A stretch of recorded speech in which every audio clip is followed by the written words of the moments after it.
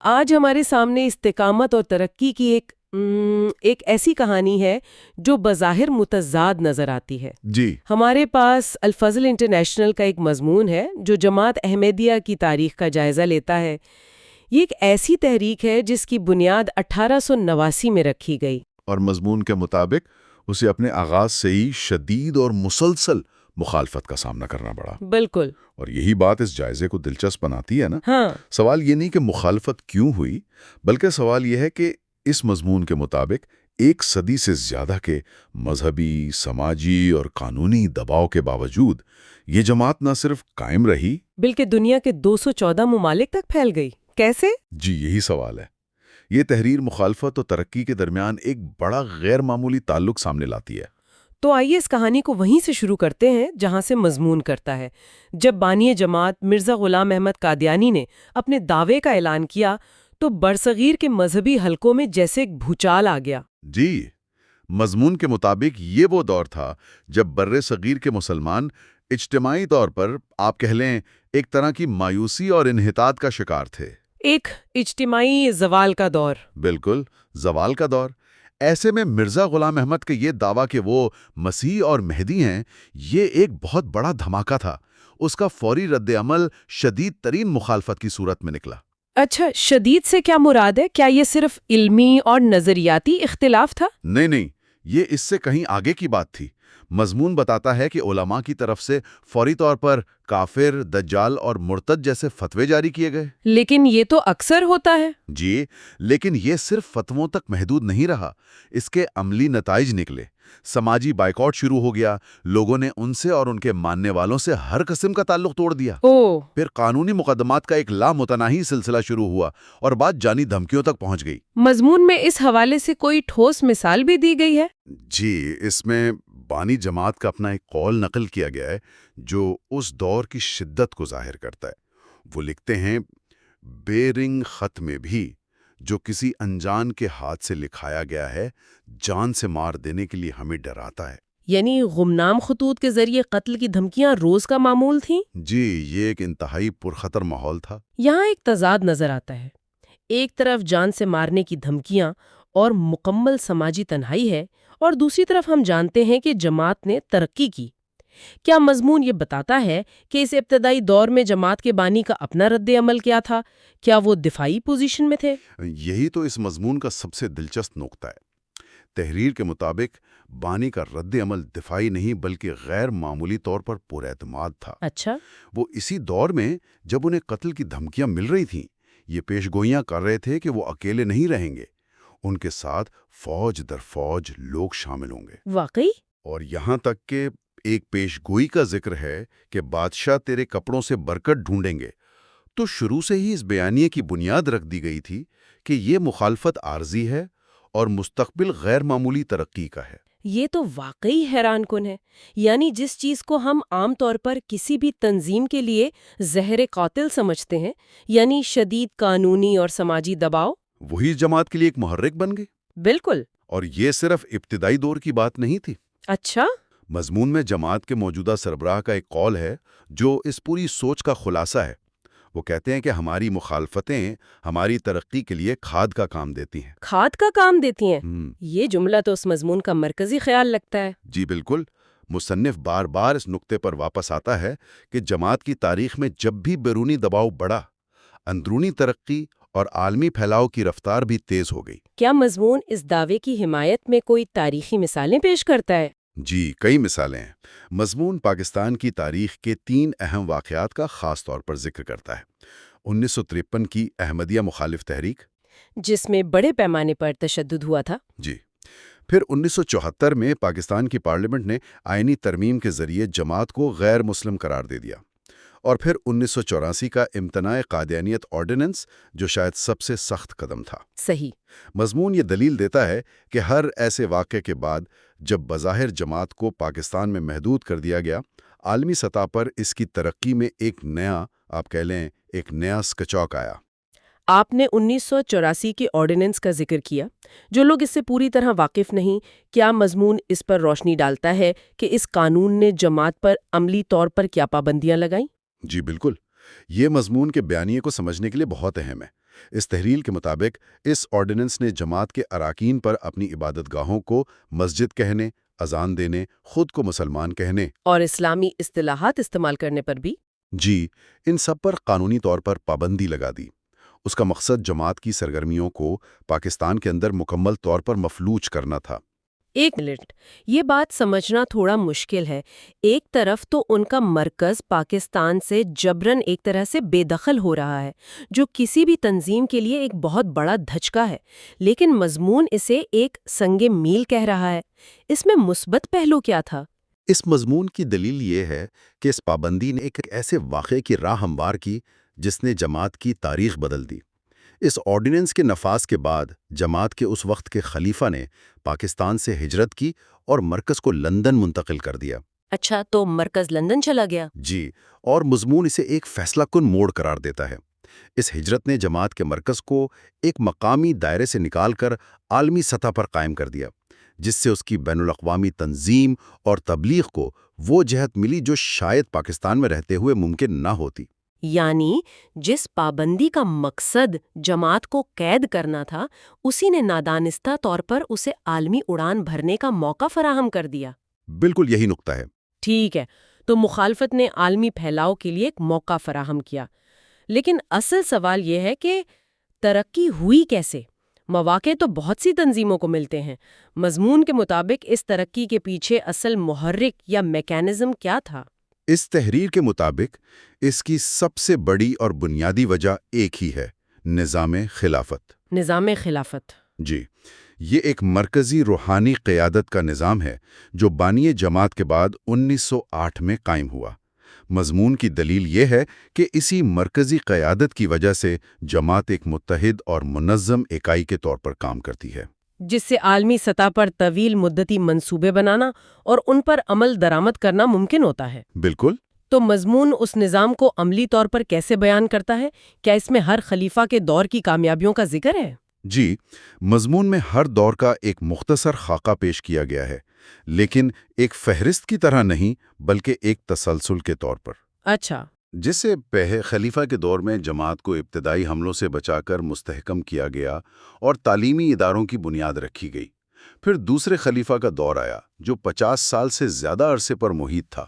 اس میں تنظیمی ڈھانچے کو مکمل طور پر وضع کیا گیا اور دنیا بھر میں مشنریوں کو بھیجنے کا آغاز ہوا۔ اور یہ مشنری بھیجنے کا سلسلہ کب اور کہاں سے شروع ہوا؟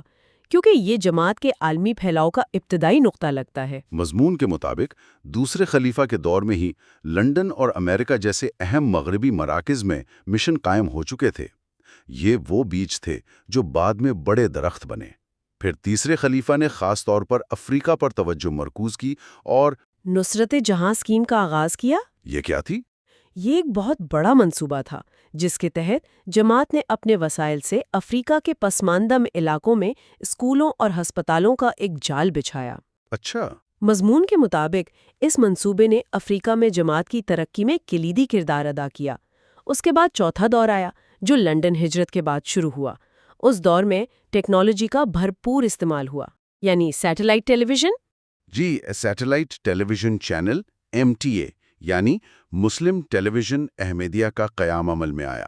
MTA کا قیام یقیناً ایک بہت بڑا قدم ہوگا۔ ایک ایسی جماعت جو اپنے ہی ملک میں اپنی بات کہنے سے روک دی گئی ہو، وہ اپنا سیٹلائٹ چینل شروع کر رہی ہے۔ بالکل۔ مضمون اسے تبلیغ کے میدان میں ایک انقلاب قرار دیتا ہے۔ اس چینل نے جماعت کے پیغام کو براہ راست دنیا بھر کے گھروں تک پہنچا دیا۔ اور اسی دور میں الفضل انٹرنیشنل اخبار بھی لندن سے شروع ہوا۔ جی، جس نے جماعت کو ایک عالمی میڈیا پلیٹ فارم مہیا کیا۔ اور پھر پانچواں یعنی موجودہ دور، جسے مضمون غیر معمولی وسعت کا دور کہتا ہے۔ اس موجودہ دور کی وسعت کو بیان کرنے کے لیے مضمون میں کچھ اعداد و شمار بھی ہوں گے؟ جی، اور یہ اعداد و شمار واقعی متاثر کن ہیں۔ مثلا قرآن کا 76 سے زائد زبانوں میں ترجمہ شائع ہو چکا ہے۔ 76 زبانوں میں؟ جی، ہیومینٹی فرسٹ نامی ان کی فلاحی تنظیم دنیا کے 65 سے زائد ممالک میں کام کر رہی ہے۔ افریقہ کے دور دراز علاقوں میں لاکھوں لوگوں کو پینے کا صاف پانی فراہم کرنے کے منصوبے ہیں۔ اور تعمیرات کے حوالے سے ہزاروں نئی مساجد، اسکولز اور ہسپتالوں کا قیام، اور حال ہی میں نائجیریا میں ایک مکمل یونیورسٹی کا سنگ بنیاد رکھا گیا ہے۔ اچھا، یہ اعداد و شمار تو واقعی چونکا دینے والے ہیں۔ قرآن کا 76 زبانوں میں ترجمہ، اس سطح کے کام کے لیے تو بہت بڑے وسائل اور ایک انتہائی منظم عالمی نیٹ ورک کی ضرورت ہوتی ہے۔ جی، اور مضمون اس کا تمام تر صحرا اسی مرکزی قیادت یعنی نظام خلافت کو دیتا ہے۔ صحیح۔ اس کے مطابق یہ تمام منصوبے، چاہے وہ تراجم ہوں، فلاحی کام ہوں یا میڈیا کا پھیلاؤ، براہ راست خلیفہ وقت کی ہدایت پر شروع کیے جاتے ہیں اور پوری دنیا کی جماعت رضاکارانہ طور پر ان میں اپنا حصہ ڈالتی ہے۔ میڈیا کی ہی مثال لے لیں۔ جی، میڈیا کے میدان میں ہی دیکھ لیں، ایک سیٹلائٹ چینل سے سفر شروع ہوا تھا اور آج مضمون کے مطابق 11 چینلز 24 گھنٹے مختلف زبانوں میں نشریات پیش کر رہے ہیں۔ اور ان کی ویب سائٹ alislam.org بھی ہے۔ بالکل، جس پر ایک بہت بڑی ڈیجیٹل لائبریری موجود ہے۔ تو مضمون کا بیانیہ یہ ہے کہ مخالفت نے انہیں عالمی سطح پر دھکیلا اور نظام خلافت نے اس عالمی پھیلاؤ کو منظم اور ممکن بنایا۔ لیکن کیا مخالفت صرف پاکستان تک ہی محدود رہی؟ جب جماعت دوسرے ممالک میں پھیلی تو کیا وہاں اسے قبولیت ملی؟ نہیں، یہی تو اہم نقطہ ہے۔ مضمون یہ واضح کرتا ہے کہ مخالفت بھی جماعت کے ساتھ ساتھ عالمی ہو گئی۔ اس میں انڈونیشیا، بنگلہ دیش، الجیریا اور برکینا فاسو جیسے ممالک کا ذکر ہے جہاں جماعت کو شدید مخالفت اور تشدد کا سامنا کرنا پڑا۔ کیا اس میں مغربی ممالک کا بھی ذکر ہے جنہیں عام طور پر مذہبی آزادی کا علم بردار سمجھا جاتا ہے؟ جی، اور یہ ایک تشویشناک پہلو ہے جس پر مضمون روشنی ڈالتا ہے۔ اس میں امریکہ میں ڈاکٹر مظفر احمد کے قتل اوہ! اور برطانیہ میں ایک دکاندار اسد شاہ کے قتل کا حوالہ دیا گیا ہے، جنہیں ان کے احمدی عقیدے کی وجہ سے نشانہ بنایا گیا۔ یہ ظاہر کرتا ہے کہ مخالفت کی یہ لہر تاریخ متون کمیونٹیز کے ساتھ ساتھ مغربی ممالک تک بھی پہنچی ہے۔ اور برکینا فاسو کا واقعہ وہ کیا تھا؟ مضمون میں بیان کردہ واقعات میں سے یہ شاید سب سے دل خراش ہے۔ وہاں ایک گاؤں کی مسجد پر حملہ کیا گیا اور امام سمیت 9 احمدیوں کو ایک دوسرے کے سامنے قطار میں کھڑا کر کے شہید کر دیا گیا۔ اللہ! مضمون یہاں تک بتاتا ہے کہ مخالفت صرف زندگی تک محدود نہیں، بلکہ مرنے کے بعد بھی قبروں کی بے حرمتی کے سینکڑوں واقعات پیش آ چکے ہیں۔ یہ سن کر تو بہت افسوس ہوتا ہے۔ اس قسم کے شدید اور پرتشدد رد عمل کے باوجود مضمون کے مطابق جماعت کا جوابی رد عمل کیا ہوتا ہے؟ یہ حکمت عملی نفسیاتی طور پر کتنی مشکل ہوگی؟ اس تحریر کے مطابق جماعت کا رد عمل ہمیشہ سے ایک ہی اصول پر قائم رہا ہے: مکمل طور پر پرامن رہنا۔ پرامن؟ جی، کوئی انتقامی کارروائی نہیں، کوئی احتجاجی جلسے جلوس نہیں۔ ان کا رد عمل 3 چیزوں پر مشتمل بتایا گیا ہے: صبر، دعا اور اپنے تبلیغی اور فلاحی کام کو پہلے سے بھی زیادہ تیز کر دینا۔ اس کی کوئی عملی مثال مضمون میں دی گئی ہے؟ جی، ایک بہت طاقتور مثال دی گئی ہے۔ ایک طرف مضمون بتاتا ہے کہ پاکستان میں قانون کے تحت ان کی مساجد کے مینار گرائے جاتے ہیں اور انہیں مسجد کہنے کی اجازت نہیں۔ جی۔ دوسری طرف اسی کے جواب میں جماعت دنیا بھر میں ہر سال سینکڑوں نئی مساجد تعمیر کرتی ہے۔ یہ ایک طرح کا خاموش اور تعمیری جواب ہے۔ یعنی ان کا فلسفہ یہ ہے کہ اگر ایک دروازہ بند کیا جائے تو 100 نئے دروازے کھول دو۔ آپ بالکل ٹھیک سمجھے۔ تو اگر ہم اس ساری گفتگو کا خلاصہ کریں تو یہ مضمون ایک ایسی جماعت کی تصویر پیش کرتا ہے جو اپنے خلاف ہونے والی ہر کارروائی کو اپنی ناکامی یا کمزوری نہیں بلکہ اپنی سچائی کی دلیل اور مزید ترقی کے لیے ایک زینہ سمجھتی ہے۔ جی، اس نے ایک مرکزی قیادت، جدید ٹیکنالوجی کے استعمال اور انسانی خدمت کے منصوبوں کے ذریعے عالمی سطح پر وسعت حاصل کی، اور یہ سب کچھ شدید مخالفت کے سائے میں ہوا۔ بالکل، یہ مضمون ایک ایسا ماڈل پیش کر رہا ہے جہاں ایک مذہبی تحریک مخالفت سے ڈرنے یا اسے اپنے لیے خطرہ سمجھنے کی بجائے اسی کو عالمی سطح پر پھیلنے کے لیے ایک سیڑھی کے طور پر استعمال کرتی ہے۔ یہ واقعی ایک منفرد سوچ ہے جو اس تحریر کا مرکزی نقطہ ہے۔ جی، مضمون کے آخر میں بانی جماعت کی ایک پیشگوئی کا حوالہ دیا گیا ہے کہ جماعت کے قیام کے 300 سال مکمل ہونے سے پہلے دنیا میں احمدیت کی اکثریت ہوگی۔ اس مضمون کے پورے بیانیے کو سامنے رکھتے ہوئے ایک سوچنے کی بات یہ ہے کہ جس طرح آج دنیا میں معلومات اور غلط معلومات دونوں تیزی سے پھیلتی ہیں، اور جس طرح مذہبی اور سیاسی مخالفتیں ڈیجیٹل دور میں کام کرتی ہیں، ان کو دیکھتے ہوئے اس قسم کی پیشگوئی کی تکمیل کے راستے میں کون سے نئے عوامل تیزی یا رکاوٹ کا باعث بن سکتے ہیں؟ حرف آخر اگرچہ جماعت احمدیہ کو مذہبی، قانونی اور معاشرتی سطح پر سخت مخالفتوں کا سامنا رہا ہے، مگر اس کے باوجود اس جماعت نے اپنی روحانی، تعلیمی، تنظیمی اور انسانیت دوست اقدار پر قائم رہتے ہوئے ترقی کی ایسی منازل طے کی ہیں جو ایک معجزانہ واقعہ محسوس ہوتی ہیں۔ یہ ترقی اس بات کا ثبوت ہے کہ اگر کسی جماعت میں اخلاص، قیادت اور قربانی کا جذبہ موجود ہو تو وہ دنیا کی ہر مخالفت کو عبور کر کے خدمت دین اور انسانیت کا عظیم کام سر انجام دے سکتی ہے۔ جماعت احمدیہ کی ترقیات کا یہ سفر اس بات کا واضح ثبوت ہے کہ اللہ تعالیٰ نے حضرت مسیح موعود کے ذریعے جو پودا لگایا تھا وہ آج ایک تناور درخت بن چکا ہے۔ مخالفتیں آئیں، مصائب نے گھیرنے کی کوشش کی، مگر اللہ کی نصرت ہر موقع پر غالب رہی۔ حضرت خلیفۃ المسیح ایدہ اللہ تعالیٰ کی رہنمائی میں جماعت احمدیہ آج بھی آگے بڑھ رہی ہے اور اس کی کامیابیوں کا دائرہ ہر روز وسیع تر ہو رہا ہے۔ آج جماعت احمدیہ بحیثیت جماعت بھی بزبان حال ان اشعار کی مصداق ہے۔ کچھ ایسا فضل حضرت رب ورا ہوا، سب دشمنوں کے دیکھ کے اوساں ہوئے خطا، ایک قطرہ اس کے فضل نے دریا بنا دیا، میں خاک تھا اسی نے سریا بنا دیا۔ ناظرین، یہ الفضل کا مضمون ہے۔ مضمون کافی بڑا ہے جس کے اہم پوائنٹ پر بات کی گئی ہے۔ جو مزید تفصیل سے سننا چاہتے ہیں وہ ضرور کامنٹ سیکشن میں اپنی رائے بتائیں۔ 2 ویڈیو کلپ بھی مولویوں کے دکھاتے ہیں، ویڈیو زیادہ لمبی بھی نہ ہو اور آپ سب تک بات بھی پہنچ جائے۔ آپ کہاں سے ہمارا پروگرام دیکھ رہے ہیں ضرور بتائیں۔ چینل کو سبسکرائب اور ویڈیو کو شیئر ضرور کریں۔ یوٹیوب چینل میسج آف اسلام۔ اس نے تو عیسائی مشنریز کے ساتھ مناظرے کیے اور انہیں شکست دی۔ کس نے؟ عیسائی مشنریز کو ساتھ مناظرے کر کے غلام احمد نے انہیں شکستیں دی۔ اچھا۔ اور ایک زبردست جو ایک وائلنٹ تحریک اٹھ گئی تھی، یہ ستیارتھ پرکاش کا جو مصنف تھا، آریہ سماج، تو آریہ سماج کے لوگوں سے بھی اس نے مناظرے کیے اور انہیں شکستیں دی۔ اچھا، ان 2 چیزوں کی وجہ سے علماء کی آنکھوں کا تارا بن گیا، اس لیے کہ ہمارے علماء تو پڑھتے ہی نہیں، نہ بائبل پڑھتے ہیں۔ رازداں ہوں تو رازداں سے کہوں، رازداں ہوں تو رازداں سے کہوں، قوم کا حال کس زباں سے کہوں، جادہ حق سے ہٹ گئی ملت، جادہ حق سے ہٹ گئی ملت، تھی کبھی ایک بٹ گئی ملت، کوئی منزل کوئی مقام نہیں، جیسے اس کا کوئی امام نہیں، اور کون سمجھائے غم کے ماروں کو، کون سمجھائے غم کے ماروں کو، چاند ہی کھا گیا ستاروں کو۔ ایک ان میں وہ بادشاہ آیا، یہ حقیقت قبولتے ہیں لوگ، ایک ان میں وہ بادشاہ آیا، یہ حقیقت قبولتے ہیں لوگ،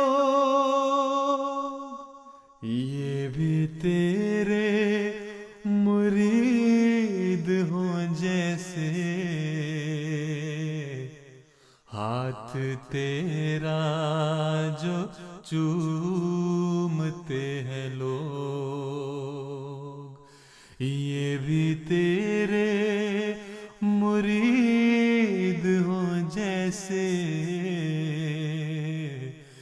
ہاتھ تیرا جو چومتے ہیں لوگ، تیری ہم تو رکھتے ہیں